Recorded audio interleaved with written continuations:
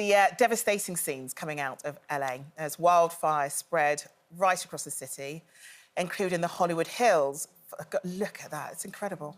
5 people have died and thousands of people's homes have been destroyed. And actually, our Ayda, who was born in LA, has posted this on social media, praying for everyone affected by this disaster. Watching my city burn down is devastating. Family and friends have lost everything.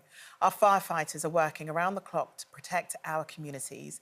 They are heroes. Now, she's out there at the moment with Robbie because Robbie was due to have the premiere in LA of his new film. That premiere's now been cancelled.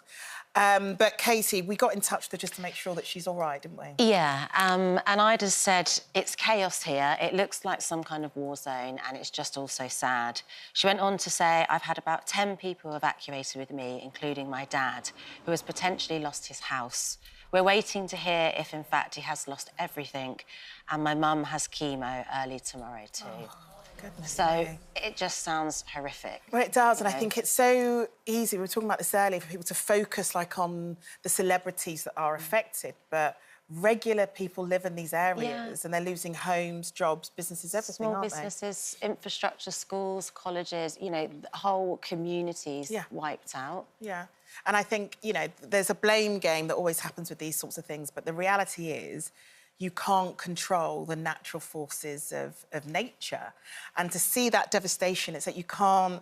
It's really hard to see your home being destroyed, your kids' school closed, your kids' schools burning down, and essentially it's nature to blame. There's nothing that you can do about that. You sort of have to stand and watch your house burn. And I was talking to a friend of mine who is travelling at the moment but lives in LA, and he's like obsessively checking his doorbell camera, just waiting for the moment when the fires then engulf his own home and everything. It's just... I think it's really hard for us to really, truly understand what that feels like, isn't it? Yeah, I think also you can go through evacuation procedures and fire drills and sort of understand and know what to do, but when you're actually thrown into a trauma like that, you don't know what to do and you panic and you don't know how it feels until that's thrust upon you. It's so scary. It's hard, isn't it, when we're sat here, all we can do is, like, send our best wishes and our love to everyone involved, and Ida as well. So it's hard. We're sending so much love to Ayda and to Robbie, and we will, of course, keep in touch with them both to make sure they're doing OK, and especially Ayda's mum.